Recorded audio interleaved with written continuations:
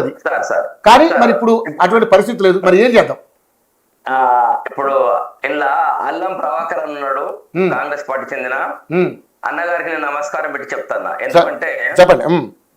ఏమనంటే ఇప్పుడు ప్రభుత్వానికి కొంచెం రాంగ్ మెసేజ్ పోతుంది. ఏ మెసేజ్ పోతుంది అంటే 22,000 మంది రిటైర్మెంట్ అయినటువంటి ఉద్యోగులు ఉన్నారు, వీళ్ళకి ఇస్తే మనం 18,000 కోట్లు 20,000 కోట్లు ఇవ్వాలని చెప్పి ప్రభుత్వానికి కొంతమంది రాంగ్ మెసేజ్ పంపిస్తా ఉన్నారు. దానివల్ల ప్రభుత్వం ఏమనుకుంటుందంటే ఈ 18,000 కోట్లు నేను ఏడ తీసుకురావాలి కాబట్టి ఉండని అని చెప్పి ఆ ప్రభుత్వ గౌరవనీయులు ముఖ్యమంత్రి గారు దాన్ని పెండింగ్ లో పెడతారు. వాస్తవానికి 22,000 మంది లోపల కోర్టు ద్వారా ఒక 1000 మంది ఆల్రెడీ తెచ్చుకున్నారు. తర్వాత కమిషన్ ఏజెంట్ ద్వారా ఒక 1,000-1,500 మంది జరిగింది అది. తర్వాత ఏంటంటే ఒక 16,000 మంది ఆల్రెడీ ఇప్పుడు కోర్టులో కేసు వేసి ఉన్నారు. ఒక 450 మంది contempt of the court case కూడా వేసి ఉన్నారు. ఈ కేసు కూడా వాళ్ళు వాయిదాలు వేస్తా ఉన్నారు. నేను ఒక్కటే రిక్వెస్ట్ చేస్తాను ఏంటంటే మాకు ప్రతిసారి 700 కోట్లు ప్రభుత్వం ఇస్తా ఉన్నది. ఆ 700 కోట్లు ఎవరికి ఇస్తుందంటే ఓన్లీ రిటైర్మెంట్ అయిన వాళ్ళకి కాకుండా ప్రభుత్వ ఉద్యోగుల పెండింగ్ బిల్స్ అని ఇస్తా ఉన్నారు. ఇవ్వడం వల్ల ఏమవుతుందంటే ఈ వర్కింగ్ టీచర్స్, వర్కింగ్ ఎంప్లాయీస్ కు ఒక 80-85% వాళ్ళ పెండింగ్ బిల్స్ క్లియర్ అవుతూ మాకు కేవలం 15% మాత్రమే మాకు క్లియర్ అవుతుంది. ఇప్పుడు కొంతమంది మాకు జీపీఎఫ్ రావడం జరిగింది, మేము సర్వీస్ లో ఉన్నప్పుడు పెట్టుకున్నటువంటి సరెండర్ లీవ్ రావడం జరిగింది. నిన్న మన కొంతమందికి గ్రాచ్యుటీ కూడా కొంతమందికి వేయడం జరిగింది. ఒకటే ఇప్పుడు ప్రభాకర్ను కోరుతారంటే మీరు ముఖ్యమంత్రి గారికి స్వయంగా ఏం చెప్పాలంటే మాకు ఖచ్చితంగా 7,000 నుంచి ఒక 9,000 కోట్లు అయితే మా ప్రభుత్వ పెన్షనర్లు అందరు క్లియర్ అవుతారు సార్. ఎందుకు అంటే 7,000 నుంచి 8,000 కోట్లు సరిపోద్దండి. 9,000 కోట్ల లోపల అవుతుంది సార్ మేము మొత్తం. ఎందుకంటే ఆల్రెడీ ప్రభుత్వం 700 కోట్లు వేసిన దాంట్లో కూడా మాకు 10-20% వస్తుంది కదా. కాబట్టి మాకు దాదాపు ఒక 9,000 కోట్లు కనుక మాకు క్లియర్ చేస్తే అప్ టు అంటే 2024 మార్చి నుంచి డిసెంబర్ వరకు అన్నా మాకు క్లియర్ అవుతామని చెప్పి అంటా ఉన్నా. ఎందుకంటే సార్ వీళ్ళు చాలా మంది బాధపడతా ఉన్నారు, మీరు అన్నట్టు శాపనార్థాలు పెడతా ఉన్నారు. ఎందుకంటే వాళ్ళ అవస్థ అనేది ఆ విధంగా ఉన్నది. ఒక ఎగ్జాంపుల్ చెప్తా, నల్గొండ జిల్లాలో సిల్వేరు సత్యనారాయణ ఒక టీచర్, గెజెట్ హెడ్ మాస్టర్. ఆయన 40 సంవత్సరాలు పనిచేసి ఒక విద్యార్థులకు తీర్చిది భావి భారత పౌరులుగా ఈ దేశానికి అందించిన వ్యక్తి ఇల్లు కట్టుకొని బిడ్డ పెళ్లి చేస్తే అప్పు కోసం అందరు ఇంటికి వచ్చి అప్పు అడుగుతా ఉంటే ఆయన బాత్రూమ్లలో బెడ్రూమ్లలో దాక్కుంటే వాళ్ళు వచ్చిన వాళ్ళు తిడుతుంటే ఆ మాటలు తట్టుకోలేక ఒక రాత్రి ఆయన అన్ని బట్టలు సెల్ ఫోన్ అన్ని ఇంట్లో పెట్టి ఇంట్లోకి వెళ్ళి పారిపోవడం జరిగింది. ఇప్పటికి 11 నెలలు ఆయన అడ్రస్ లేడు. వాళ్ళ భార్య పిల్లలు మన ధర్నా చౌకాడ కూడా వచ్చిండ్రు, వాళ్ళు ఏడుస్తా ఉన్నారు. అదొకటి.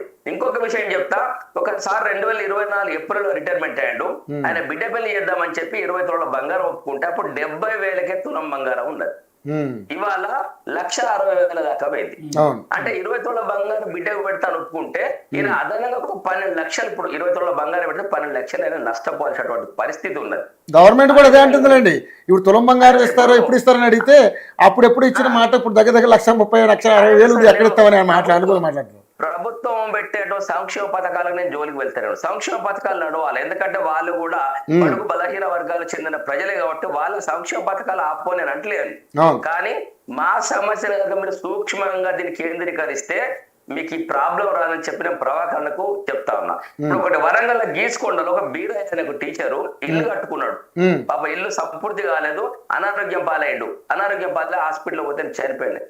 సంస్మరణ సభ పోయినా ఆ ఇల్లు సగం మధ్యలో అయిపోయింది. వాళ్ళ కుటుంబం ఎటుగానే ఆ పరిస్థితి ఏర్పడుతుంది. ఇప్పుడు ఈఎంఐ లేదు సార్, నేను ఇల్లు కట్టుకున్నా, ఇప్పుడు నేను ప్రతి నెల 40,000 ఈఎంఐ కడతాను, నాకు వచ్చే పెన్షన్ 55,000, నేను 15,000 తోటి నా కుటుంబం గడవంటే కష్టం అవుతుంది కదా.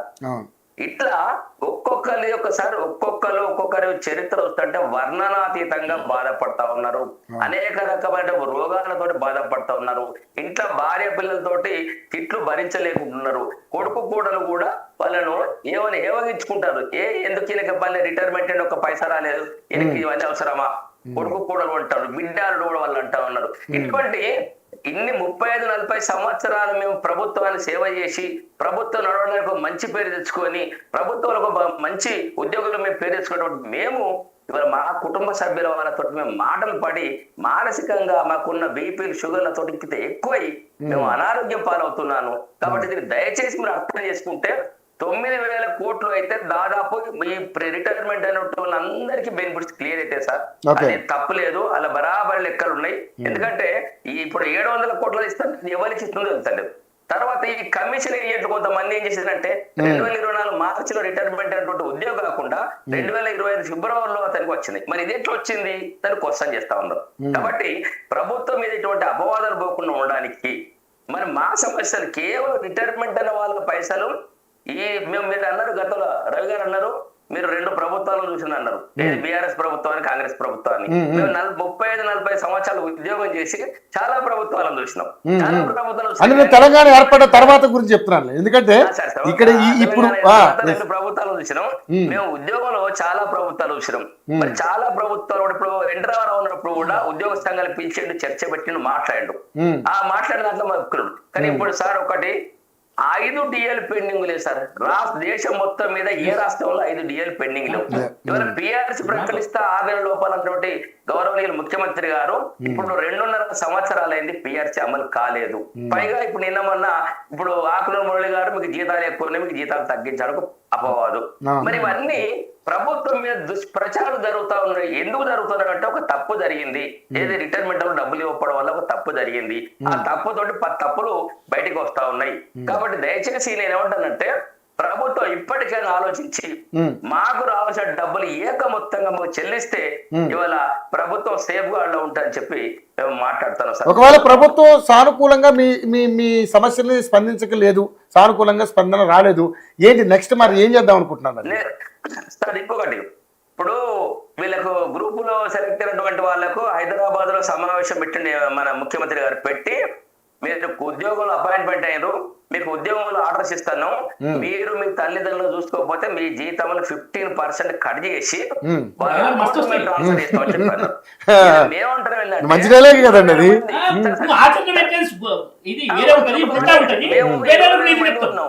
సార్ 20,000 మంది ఉన్నాం. 20,000 మందికి మాకు గాడ్ ఫాదర్ ఈ రాష్ట్ర ముఖ్యమంత్రి మాకు తండ్రి లాంటి వాడు. మరి ఆయన జీతాలు కట్ చేసి మరి మాకు 15% ఇస్తారా మా రోగాలకు? అది కరెక్ట్. ఓకే ఓకే మంచి క్వశ్చన్ వేశారు. మీరు తల్లిదండ్రులను చూసుకోకపోతే మీకు 15% కట్ చేసి మీ తల్లిదండ్రులకు అకౌంట్ ట్రాన్స్ఫర్ చేస్తా అన్నటువంటి ముఖ్యమంత్రి గారు మరి మాకు తండ్రి లాంటి వాడు కదా. 20,000 మందికి మరి మాకు 15% 10% కట్ చేసి మాకు ఇస్తే మా రోగాలకు మందులకు మాకు ఎక్కడికి వస్తాయి కదా. ఇంకొకటి చెప్తా సార్, ఇప్పుడు ఈహెచ్ఎస్ గురించి సార్ మాట్లాడిండు. మన ప్రభుత్వం కూడా ఏంటంటే ఏది ఇన్సూరెన్స్ గురించి చెప్పారు, ఉద్యోగ భద్రత గురించి 1,20,00,000 ఏది యాక్సిడెంటల్ డెత్. మేము బతుకున్నప్పుడు మా పైసలు రాకపోయి చనిపోయాక 1,20,00,000 ఏం చేసుకోమంటారు సార్? అది కూడా గుర్తుపెట్టుకోవాలి. ఇంకొకటి సార్, ఇప్పుడు ఉద్యోగ సంఘాలు ఉపాధ్యాయ సంఘాలు సరే వాళ్ళు పెద్దవాళ్ళు మరి ప్రభుత్వం దగ్గర ఏ విధంగా ఒప్పుకున్నారు కదా 1.5 మా జీతంలో కట్ చేసి ప్రభుత్వం నుంచి 1.5 దాన్ని జమ చేసి ఒక ఉద్యోగ భద్రత ఏర్పాటు చేసి దానికి కడతామని చెప్పాను. ఇప్పుడు మా దగ్గర అంటే 1.5 అంటే ఎంత అవుతుంది? 528 కోట్లు అవుతుంది 5 సంవత్సరానికి. ప్రభుత్వం ఏం చేస్తుంది? 528 కోట్ల జమ చేసి 1,056 కోట్లను ఒక మెడికల్ సంస్థకు అప్పగిస్తాం, మీరు ఏ రోగాలు వచ్చినా మీకు ఫ్రీగా చేస్తామని చెప్పారు. అది సంతోషమే. కానీ ఇవాళ మేము నెల దాచుకున్నటువంటి జీపీఎఫ్ ఇవాళ జిల్లా పరిషత్ ఒక్క అకౌంట్ లో పైసలు లేవు. మేము దాచుకున్న పైసలు అక్కడ లేనప్పుడు రేపు ప్రభుత్వం మీరు చెల్లిస్తే గ్యారంటీ ఉన్నది. ఇంకొక విషయం సార్, ఇప్పుడు మేము హాస్పిటల్ పోతాం, మీ ప్రభుత్వం నుంచి మాకు అనుమతి లేదు, మీరు పర్మిషన్ ఇచ్చాక 3 రోజులు ఆగునట్టు. రోగం వచ్చి మేము పోతాంటే 3 రోజుల దాకా మేము ఆగలేము. ఈ 1.5 లోపల 1% మాకు ఇచ్చింది అనుకో, ఇన్సూరెన్స్ బోర్డు కంపెనీలు కదా సార్, మేము కట్టుకుని మా వస్తే మేము పడతాం కదా. ఇలా ప్రభుత్వం అనేది ఉద్యోగస్తులకు నమ్మకం కోల్పోయింది. ఎందుకంటే మేము నెల నెల కూడబెట్టుకున్నటువంటి డబ్బులు చిట్టి వేసుకున్నట్టు, చిట్టి కంపెనీ కాగానే ఆయన ఇంట్రెస్ట్ తీసుకొచ్చి మనకు ఇచ్చిపోతాడు. డబ్బులు కూడా మా అకౌంట్ లో లేకుండా చేసినటువంటి ప్రభుత్వం మీద ఇవాళ ఈ ఈహెచ్ఎస్ కార్డు మీద 1.5 కట్ చేస్తా అని చెప్పంటే ఎట్లా ఉంటుంది సార్? ఎవరు నమ్మాలి? చంద్రబాబు గారు ఒక్కసారి మన కాంగ్రెస్ ప్రతినిధి అల్లం ప్రభాకర్ గారు మాట్లాడుతున్నాడు, ఒకసారి మాట్లాడండి. అన్న, ఇప్పుడు ఈ పరిస్థితి ఈ 2.5 ఏళ్లలో వచ్చిందా, అంతకంటే ముందు నుంచి వచ్చిందా ఇదంతా కూడా? ఇప్పుడు ప్రభుత్వ రిటైర్మెంట్ అయినటువంటి ఉద్యోగులకు ఇయ్యనటువంటి పరిస్థితి ఇప్పుడే వచ్చింది. గత ఎన్ని సంవత్సరాల లోపల కూడా లేదు. ఎప్పుడు కానీ రిటైర్మెంట్ అయినాక నెల రోజుల లోపలే వాళ్ళకి ఇచ్చారు. ఇక గత ప్రభుత్వాలు అన్నాయి మీకు లాస్ట్ రిటైర్మెంట్ రోజు మీకు సన్మానం చేసి మీకు చెక్కు చేతులు పెట్టి ప్రభుత్వ వాహనం లోపల మేము ఇంటి దగ్గర దించేస్తామని చెప్పి అన్నారు. మమ్మల్ని కూడా ప్రభుత్వ వాహనం ఎక్కించారు. ఎప్పుడు ఎక్కించారు అంటే జిల్లా అసెంబ్లీకి మేము వచ్చినప్పుడు మమ్మల్ని గొర్రెలుగా ఈడ్చుకుపోయి ప్రభుత్వ వాహనంలో ఎక్కించి మమ్మల్ని స్టేషన్ తీసుకుపోయారు. వృద్ధత్వం లోపల మమ్మల్ని ఈడ్చుకుపోతారా సార్? మేమంతా ఎంప్లాయీస్ కాదా? ప్రభుత్వ సేవలు చేసిన వాళ్ళం కాదా? ప్రభుత్వాన్ని మంచి పేరు తెలియదా? ఇలా ప్రభుత్వం అంటే ప్రజాపాలకులు ఒకవైపు, ప్రభుత్వ ఉద్యోగులు ఒకవైపు, రెండు చక్రాలు సమానంగా నడిస్తే ప్రభుత్వాలకు మంచి పేరు ఉంటది. మేము ఆ విధంగా మేము సాక్రిఫై చేసాం. అంతేందుకు సార్ ఇప్పుడు నేను రిటైర్మెంట్ 30 సంవత్సరాలు 36 ఏళ్ళు పనిచేసిన. పొద్దున్న లేస్తే భార్య నాకు పొద్దున్న లేస్తే అది కట్టింది. ఎందుకు కట్టిందంటే నువ్వు సమయానికి పోవాలి, నువ్వు చదువు చెప్పాలి, విద్యార్థులు భావి భారత పౌరులను తీర్చిదిద్దాలని చెప్పి పొద్దున ఆమె లేచి తయారయ్యి నాకు సర్ది కడితే నేను రిటైర్మెంట్ అని కనీసం ఒక తులం బంగారం కూడా ఆమె కొనియకపోతే నా బ్రతికి ఏమనిపోయారు సార్? నాకు ఎంత బాగా అనిపోయారు సార్? ఇటువంటి పరిస్థితులు ముఖ్యమంత్రి గారికి అర్థమైతలేదా? కాంగ్రెస్ పార్టీ వాళ్ళకి అర్థమైతలేదా? ఎందుకు సార్ ఈ పరిస్థితి? మీరు ఎన్నో ఖర్చులు పెడతారు. నేను మీ ఖర్చుల కోసం నేను పోతలేను. మీరు ఏ విధంగా ఖర్చులు పెడతానని చెప్పి ఇప్పుడు అక్క భావన అన్నది రాముడి గారు నేను దాంట్లో పోతలేను, నేను అలా ఓదలుచుకోలేదు. కానీ మా సమస్య కనుక మీరు దృష్టికి తీసుకొచ్చుకుంటే మా సమస్య మీకు సమస్యే కాదు. సరే ఇప్పుడు సరే సార్, ఇప్పుడు ఓకే మీ సమస్య పెద్ద సమస్య కాదు, చేయొచ్చు. మాక్సిమం 9,000 కోట్లు ఈ ప్రభుత్వం వెచ్చిస్తే మా మా మా సమస్యలన్నీ కూడా క్లియర్ అయిపోతాయి అంటున్నారు. నిజంగానే ప్రభుత్వం దగ్గర నిజంగా ఆయన దగ్గర ఇప్పుడు డబ్బు లేదు, పరిస్థితి లేదు, బాగోలేదు పరిస్థితి. ఎందుకంటే అప్పుల పాలు అయిపోయింది తెలంగాణ రాష్ట్రం. ఏంటి మరి నెక్స్ట్ మీరు ఏం చేద్దాం అనుకుంటున్నారు? సింపుల్ గా చెప్పండి నాకు ఫైనల్ గా. సార్ ప్రభుత్వం దగ్గర డబ్బులు లేవంటే ఇందాక మన రామరెడ్డి సార్ అన్నాడు, పవన్ కూడా అన్నది. ఒకే మాట్లాడుతున్నారు పవన్ గారు మీ దగ్గరికి వస్తా. ఆయన చెప్పండి ఫైనల్ గా చెప్పానండి, ఫైనల్ గా చెప్పానండి మీ దగ్గరికి వస్తా, ఫైనల్ గా చెప్పానండి మీ దగ్గరికి వస్తా, చెప్పండి సార్. ఒకటే సార్, మాకు ఈ మార్చ్ బడ్జెట్ లోపల మాకు ఏక మొత్తంగా చెల్లించాలని మేము ప్రభుత్వాన్ని ఇన్ని రోజులు రిక్వెస్ట్ చేసినాం, కానీ డిమాండ్ చేస్తాను. ఓకే, ఒకవేళ చెల్లించకపోతే మేము సెక్రటరీ దగ్గర విషయం డబ్బాలు పట్టుకుంటూ కూర్చుంటాం. ప్రభుత్వం డబ్బులు ఇస్తుందా మేము చావాలని కూర్చుంటాం. ఆ పరిస్థితికి మేము వస్తాం. ఎందుకంటే ఇట్లా ఉంటే ఈ రోజు సత్యవాళ్ళు ఒక రోజు ఇక్కడ వచ్చినాం కదా. ఇంట్లో కూర్చొని ఇలా భార్యతోటో, కొడుకుతోటో, కోడలతోటో, అల్లుతోటి, బిడ్డలతోటి పైసలు లేక, మందులకు పైసలు లేక, బయట పోయి ఒక ఫంక్షన్ కన్నా పోదంటే జీవన డబ్బులు లేక రోజు అవస్థ పడే బదులు అయ్యా ప్రభుత్వమా, ముఖ్యమంత్రి గారు మాకు డబ్బులు ఇస్తారా, లేదు ఇక్కడే మేము చావమంటాం అని చెప్పి అనే పరిస్థితి కూడా మేము తీసుకొస్తాం లాస్ట్కు. రైట్ మీ ఆవేదన మాకు అర్థమవుతుంది సార్.